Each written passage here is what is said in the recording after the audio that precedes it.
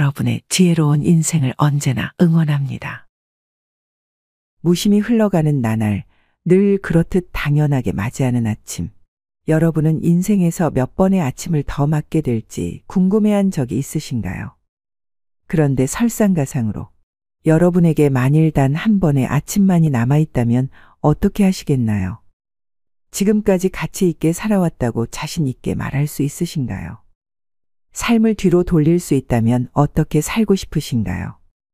뉴욕타임스 기자인 저자는 삶의 마지막을 향해 유유히 걸어가는 노인 6명과 1년에 걸쳐 인터뷰를 진행하기로 합니다. 사실 인터뷰 초기에는 그들로부터 나이듦의 고단함에 대해서만 듣게 될 거라고 생각했습니다. 나름 인생을 안다고 자부했던 저자는 그러나 그들을 만나면서 인생이 송두리째 뒤집어지는 경험을 했다고 하는데요. 마치 스승, 진정한 현자와도 같던 이들과의 대화를 통해 저자는 인생의 의미와 삶의 가치, 행복에 대해 함께 묻고 답하며 흔들리던 삶의 갈피를 잡아갑니다. 인생의 매 순간들은 마치 스튜에 들어가는 각종 재료들과 같습니다. 이 재료들은 하나씩 따로 먹기에는 너무 쓰거나 매울 수 있죠. 하지만 모든 재료가 섞이면 어느 하나 빼놓을 수 없이 모두 소중합니다. 지난 시간들이 너무 힘들고 지쳐서 앞을 내다보기 힘들었다고 토로하더라도 지금 여기까지 와 있다면 잘 살아온 것입니다. 이제부터는 당신을 힘나게 했던 것, 당신의 마음이 이끄는 방향을 찾아 조금만 더 확신을 가지고 발을 내디디면 됩니다. 오늘은 만일 나에게 단 한 번의 아침이 남아있다면 책을 바탕으로 감사의 힘, 행복을 선택하는 법, 죽음을 받아들이는 법 등 내 삶의 가치를 찾는 6번의 인생 수업에 대해 말씀드리겠습니다. 6번의 인생 수업 첫 번째, 행복의 선택은 자신에게 달려있다. 좋았던 때는 또렷하게 기억하고 힘들었던 때는 잊어버리는 그들의 선택적 기억력이 일상생활에 도움이 된다는 사실을 나는 시간이 흐르면서 깨닫게 되었다. 그들은 몸에서 일어나는 변화에는 어쩔 도리가 없었지만 더 긍정적인 효과를 얻을 수 있도록 자신의 과거를 마음대로 다듬어낼 수는 있었다. 나는 내 인생을 돌아볼 때 행복했다고 생각을 해. 루스는 마치 과거에 행복했는지도 우리가 결정할 수 있다는 듯 말했다. 기억 속에 남아있는 힘든 경험들도 현재에 큰 영향을 미쳤다.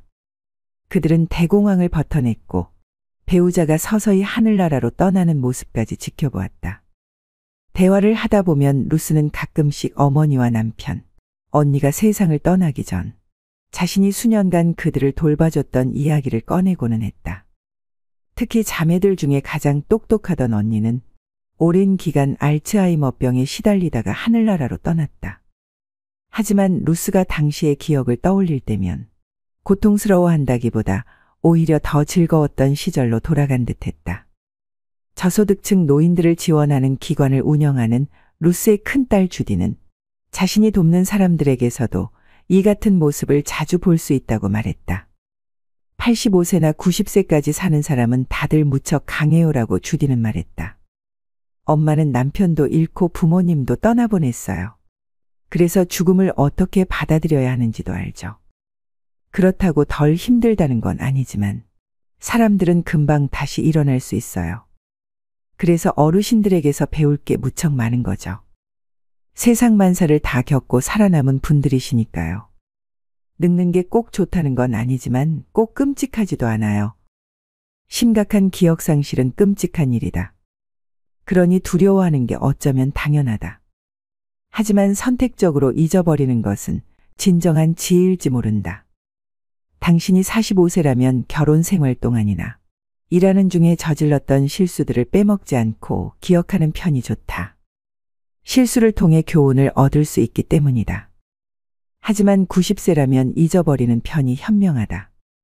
사회학자 라르스 토른스탐은 대부분의 사람들이 나이가 들면서 많은 것을 잃고도 만족하면서 산다는 것을 알고는 깜짝 놀랐다. 그리고 그는 그런 사람들을 쉽게 찾을 수 있다는 사실을 발견했다. 우선 첫 번째는 무엇을 하고 누구와 시간을 보낼지에 대해 점점 더 까다로워진다는 것이었다. 칵테일 파티에서 사람들과 어울리거나 누군가에게 작업을 거는 일은 더 이상 큰 재미가 없었다. 그들은 새로 친구를 사귀거나 새로운 인간관계를 맺으려 하지 않았다. 두 번째는 나이가 들수록 점점 자기중심적인 사고에서 벗어나 자신이 큰 전체의 일부라는 인식을 하게 된다는 것이다. 고령자들은 자신들이 외로이 홀로 있는 게 아니라 명상을 하며 혼자 보내는 시간을 중요하게 여긴다고 말했다. 노년이 쇠퇴기가 아니라 물질에 대한 걱정을 초월해 진정 가치가 있는 것에 집중하는 인생의 절정기라는 것이다. 토른스탐은 74세에서 104세 사이의 사람들에게 50세 이후에 그들의 가치관이 어떻게 변했는지에 대해 묻는 조사를 실시했다. 이제 나는 얄팍한 인간관계에 흥미가 줄었다라는 문항에는 전체의 75%에 달하는 사람들이 동의했고, 나는 사색하는 시간이 더 즐거워졌다라는 문항에는 3분의 2가 긍정했다. 물질적인 것들은 전보다 중요하지 않다 해도 81%가 동의했다. 그들은 점점 더 타인을 배려하게 되었고, 인생에는 절대 풀지 못할 수수께끼들이 있다는 사실을 인정하게 되었다. 토른스탐이 발견한 눈에 띄는 사실 중 하나는 노인들이 기억과 최근의 경험 사이의 경계를 모호하게 만들어 과거와 현재를 동시에 살고 있는 것처럼 보인다는 점이다. 그들은 과거에 나눴던 대화들을 되새겼고, 이미 고인이 된 사람들에게는 자신들의 예전 잘못을 사과했고, 오래전부터 좋아하는 것들에 새삼 감사했다. 나이와 상관없이 현명해지기 위해서는 제일 먼저 우리도 죽는다는 사실을 진심으로 받아들이고 그 안에서 더욱 만족하면서 살아야 한다. 현대의학 덕분에 우리는 죽음을 이기거나 질 수 있는 일종의 시험으로 여기기도 한다. 하얀 가운을 잊은 전문가들이 좌지우지하는 무언가로 말이다. 하지만 고령자들은 더 현명한 눈으로 세상을 본다. 우리들 중 누구도 죽지 않는 사람은 없다. 그러니 살아있을 때 잘 살아야 한다. 6번의 인생 수업 2번째. 조금만 더 일찍 알았다면 좋았을 것들. 요양원에서 지내던 어느 날, 나는 그에게 젊은이들이 노년에 대해서 꼭 알아야 할 것이 무엇인지 물었다. 질문을 듣고 그는 난감해하는 기색이었다. 왜냐하면 노년은 다른 어느 시기와 마찬가지로 그저 인생의 한 부분일 뿐이었다. 오늘은 어제와 크게 다르지 않았고 내일도 오늘과 크게 달라질 리 없었다. 옷에 단추를 잠그거나 허리를 굽히는 게 어려워지고 신발끈을 묶거나 할 때 등이 아프지. 아니면 거울을 보거나 하얗게 세어버린 머리카락들을 발견했을 때 말이야. 그런데 그런 건 하나도 놀랍지도 않아. 그런 날들이 오고 있다는 걸 알잖아. 그냥 살아가는 과정이야. 이 나이에서 다른 나이로 가는 거지. 나는 특별히 달라진 기분이 안 들어. 그가 말했다. 프레드는 나와 달리 당연히 자신의 아파트로 돌아갈 수 있을 거라고 믿었다. 늘 거울을 들여다보았고 살만한 가치가 없는 상태가 언제인지에 대해서도 전혀 생각해보지 않았다.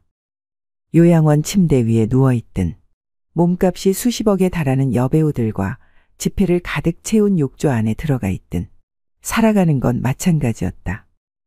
내게는 무척 심각해 보이던 건강 문제들도 그에게는 그저 익숙한 일일 뿐이었다. 나이는 아무나 먹는 게 아니다. 미국의 영화배우 베티 데리비스가 했다는 유명한 표현이지만 사실 완전히 틀린 말이다. 나이는 아무나 먹는다. 현대의학 덕분에 결국 거의 누구나 늙게 된다. 세월이 몸을 공격하는 날이 짧든 길든 오래 사는 사람들은 어느 시점에서건 몸이 노화되기 마련이다. 하지만 노년이란 과연 무엇일까? 대부분 우리는 그것을 일종의 판결로 만들었다. 너무 늦기 전인 20대쯤부터 현명하게 요가를 시작했다면 일어나지 않았을 일처럼 여기고 있는 것이다. 다시 말해서 노년은 그때를 살아보지 않은 이들이 규정해 놓은 개념이다. 인생 중반을 살아가는 사람들이 인생의 전성기는 바로 중년이라고 주장하면서 젊은이들의 의견은 유치하고 어리석으며 고령자들의 의견은 노망이 나서 주절거리는 소리 정도로 치부해버린다.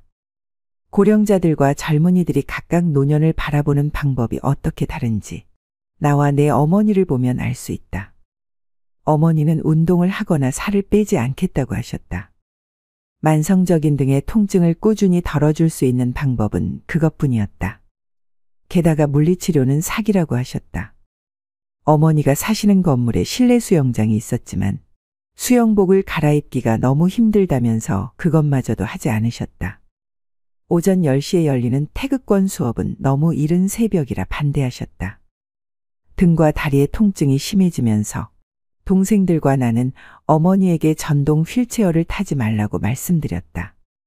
한 번 걷기를 멈추면 폐도 운동을 하지 못하고 몸 전체에 안 좋은 영향을 미치게 될 거라는 이유였다. 하지만 내가 틀렸다.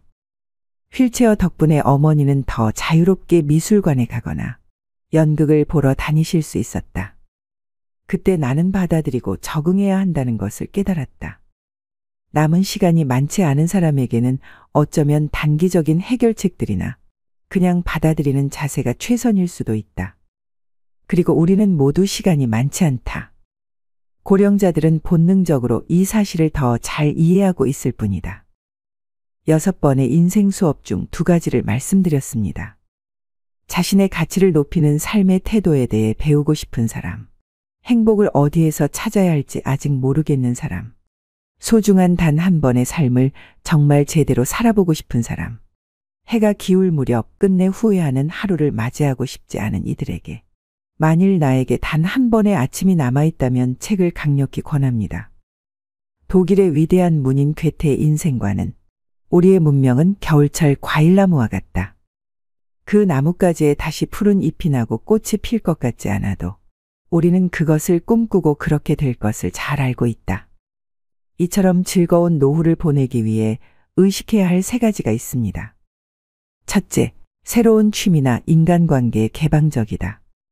새로운 취미에 도전하거나 인간관계를 받아들이거나 항상 오픈마인드를 유의하는 것이다. 예컨대 새로운 취미를 하게 되면 그곳에서 새로운 인간관계가 생긴다. 레벨업 하고 싶다, 작품 전에 출품하고 싶다라고 하는 목표를 가지는 것도 좋고 동아리에 참가해 임원이나 담당을 맡는 것도 좋다. 즉 인간관계, 목표, 공헌이라는 즐거운 노후를 보내는 3가지 포인트가 중요하다. 둘째, 여유 있는 노후 계획을 세운다. 시간적으로 자금적으로 여유를 가지고 계획을 세우는 것도 포인트다. 시간이 없다, 돈이 없다 등 없다는 감각은 기분을 피폐하게 만든다. 무모한 계획을 세우고 스스로 자신을 몰아가 버리면 본전도 없다. 예컨대 목표를 세울 때는 누군가와 겨루거나 하는 것이 아니라 노후에는 어디까지나 자신의 시간을 즐긴다는 관점에서 설정해 보면 좋지 않을까. 셋째, 즐거운 노후를 위한 주거 선택의 포인트다. 즐거운 노후는 어떤 곳에 사느냐에 따라서 좌우될 수도 있다. 거주지를 찾을 때는 다음 포인트를 검토해 보는 것은 어떨까? 첫째로, 노후에도 안심하고 살 수 있는 집인가? 우선 체크하고 싶은 것은 안심하고 살 수 있는지 여부이다. 해를 거듭하면 건강상의 불안이 증가하고 일상생활 속에서 일어나는 자연재해나 범죄에 대한 대응도 걱정이 많아진다. 주위 환경 등 주거 환경의 안전 안심이 확보되어 있는지 꼭 체크해 본다. 둘째로, 노후의 즐거움을 만끽할 만한 집인가? 노후 시간을 즐겁게 보낼 수 있을지도 확인해 본다. 예컨대 주변 가까이 병원, 슈퍼마켓, 먹자골목, 가벼운 오락시설, 지역도서관, 동아리 등 활동이 가능한지가 준비되어 있다면 지루함 없이 하루하루를 보낼 수 있을 것 같다. 현역 시절과 비교해서 자신을 위한 시간이 많이 생긴다. 그 사용법을 생각하는 것도 자기 자신이다. 선택하는 집이나 주변에 그런 즐거움이 준비되어 있다면 바랄 나위가 없다. 즐거운 노후를 보내는 방법에 대해서 말씀드린 내용을 꼭 참고하시길 바랍니다. 위와 같이 일찍 인간관계, 목표, 공헌 등과 같은 포인트를 잘 검토한다면 충실한 노후 생활로 분명 연결되리라 봅니다. 마지막으로 나이 들수록 버려야 되는 2가지를 말씀드리겠습니다. 나이가 들수록 버려야 할 첫 번째는 앉아있는 시간을 줄이셔야 됩니다. 여러분은 하루에 얼마나 오랜 시간 앉아서 생활하시나요? 나이가 들수록 덜 앉고 더 많이 움직이셔야 되는 것은 모두가 알고 계실 텐데요. 60세 넘어 하루 10시간 넘게 앉아 있으면 치매에 걸릴 확률이 높아진다고 합니다. 치매가 아니더라도 장시간 앉아 있는 사람은 하루 종일 몸을 움직이는 사람보다 당뇨병이나 심장마비 위험이 높고 하체 비만 등의 발병하는 위험이 증가한다는 연구가 있는데요. 자식들이 출가하고 나가게 되면 억지로라도 움직였던 몸은 그냥 앉아서 TV를 보는 시간이 하루 일과 중 대부분을 차지할 것입니다. 하루에 1시간만 앉아 있는 시간을 줄여도 각종 심혈관 질환과 대사증후군 발병 위험이 줄어든다고 합니다. 장시간 앉아 있는 것이 건강에 미치는 악영향을 줄이기 위해 일상에서 30분마다 5분간 가벼운 걷기를 하셔야 됩니다. 한 연구에 따르면 1,500명의 노인 가운데 가장 오래 앉아 있었던 사람들은 더 자주 움직였던 노인들보다 평균 8년 더 빨리 늙는 것으로 나타났다고 하는데요. 나이가 들어가며 신체 활동이 게을러지면 근육이 급격하게 줄어들고 기력이 떨어지면서 더욱 움직이기 싫은 마음이 생겨날 수 있습니다. 그래서 나이가 들수록 자신에게 맞는 운동 습관을 길들여 건강한 근육을 유지하는 기력을 키워나가야 합니다. 나이가 들수록 움직이면 살고 누우면 죽는다는 말을 떠올리셔야 됩니다. 편하게 쉬려는 마음에서 벗어나 일상에서 많이 움직이는 습관을 길들이셔야 합니다. 매일 규칙적으로 많이 걷는 것도 건강 유지를 위한 좋은 습관 중 하나입니다.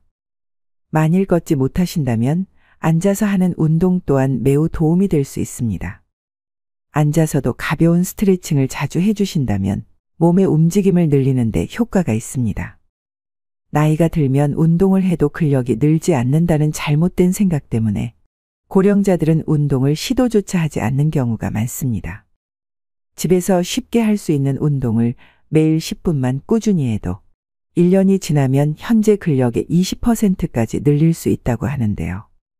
그렇게 되면 노년 건강 유지의 최대 복병인 낙상사고가 줄고 사회 참여 활동은 늘어나고 노년의 허약도 예방됩니다. 얼마 전 옆집 60대 어머님은 길을 걸어가시다 갑자기 넘어지셔서 팔이 꺾이는 사고를 당하셨습니다.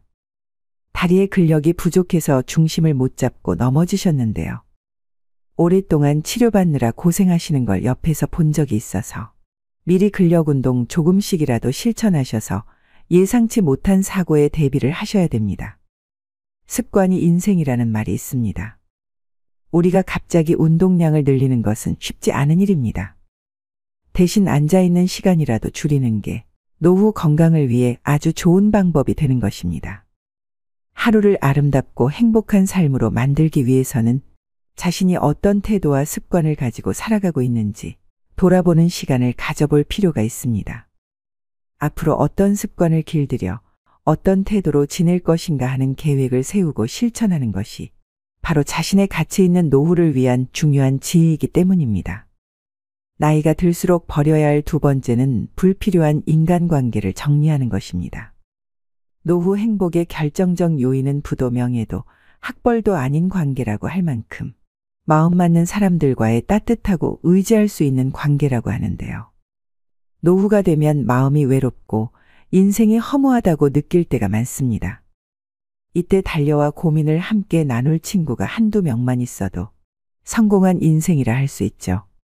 하지만 퇴직과 함께 직장 등 공적 관계망은 대부분 눈 녹듯 사라져버리고 사회 속에서 벌어지는 크고 작은 갈등은 노년의 삶의 질을 낮추고 외로움을 증폭시킵니다. 주변에서 맞지 않는 사람과의 인연의 끈을 놓지 못하고 만남을 유지하면서 스트레스를 받는 사람들을 흔히 볼 수 있습니다. 특히 살아온 세월 속쌓인 갈등이 폭발하면서 관계가 망가질 때도 많습니다. 배우자 및 자녀와의 갈등이나 오래 알고 지낸 친구와의 불협화음 등이 이 경우에 해당하죠. 불필요한 인간관계는 늙음을 의식하기 시작하는 50대부터 하나씩 내려놓으면 편해진다고 합니다. 자녀들이 부모 품을 떠나 독립하고 나면 지켜야 하는 것들이 점점 적어집니다. 그러면 자연스럽게 이제껏 무리해서 만나야만 했던 사람들도 줄어들게 됩니다. 물은 나이를 먹으면 체력도 기력도 젊었을 때와 같지 않게 되니 굳이 의미 없는 인간관계에 힘쓸 여유가 없어집니다. 그러니 참아가며 사람을 만나는 일은 피곤하기만 하죠. 나이 들어서 체력이 떨어지는 만큼 인간관계에도 에너지 절약이 필요합니다. 여기서 가족만큼은 예외라고 말씀하시는 분들도 계실 것 같은데요. 결국은 가족도 같습니다. 그저 너무 가까이 가지 않는 것이 요령이죠. 관계에서 오는 스트레스를 줄이고 싶다면 사람보다는 고독과 친해지셔야 합니다. 혼자서 시간을 잘 보낼 수 있게 된다면 내 인생에서 진정으로 필요한 인간관계 또한 분명해질 거라고 생각합니다. 나이가 들어갈수록 그냥 아는 사람 100명보다 나를 잘 알아주는 사람 1명이 더 귀합니다. 그대로의 나를 받아들이는 소수의 사람과 편안하게 만나면서 평온한 노후를 보내셔야 됩니다. 은퇴 후 인간관계라는 한 연구에 따르면 배우자와 함께하는 시간을 줄이고 싶다고 대답한 은퇴자가 늘리고 싶다고 한 은퇴자보다 6배나 많았다고 하는데요. 이 같은 문제들을 비추어 볼 때 은퇴 후에도 원만한 대인관계를 유지하려면 삐걱대는 관계를 정비하는 것도 중요합니다. 가족 또는 가까운 지인 간 어긋난 부분을 개선하고 줄어든 인맥을 새롭게 채워나가야 사람 냄새 풍기는 노후 생활을 즐길 수 있습니다. 행복하고 건강한 노년을 만드는 것은 사람들과의 질적인 관계에 달려 있습니다. 놀라운 것은 나에게 이로운 관계가 행복뿐 아니라 노후의 신체적 건강까지 영향을 준다는 사실이죠. 누군가 인생은 나를 알아주는 한두 사람 붙잡고 사는 거라고 하더군요. 나이 들어서도 너무 관계에 연연하다 보면 자신에게 소홀해지곤 합니다. 그럴 때 일수록 잠시 멈춰서 자기 자신을 챙겨보시면 좋겠습니다. 오늘의 영상 어떠셨나요? 아무리 후회해도 지난 날은 돌아오지 않습니다. 내일 일은 아무도 모릅니다. 내일은 내일의 바람이 붑니다. 그것이 인생입니다. 그러므로 자신의 인생을 있는 그대로 받들이기만 하면 됩니다. 어떤 것이라도 두려워하거나 걱정하지 마세요. 원하는 일을 하고 먹고 싶은 음식을 먹고 만나고 싶은 사람을 만나고 하고 싶은 말을 하면서 살면 됩니다. 이것이 행복한 노후와 불행한 노후를 가르는 기준입니다. 불량 노인이어도 됩니다. 사람 좋은 척하면 건강이 불량해집니다. 여태까지 사람들의 눈치를 살피고 사양하느라 하고 싶은 일을 참으며 살아오셨을 겁니다. 지금까지 애쓰고 고생하며 살아왔으니 앞으로는 원하는 대로 살아보셔야 합니다. 오늘도 노후의 지혜와 함께해 주셔서 감사드립니다. 황금빛으로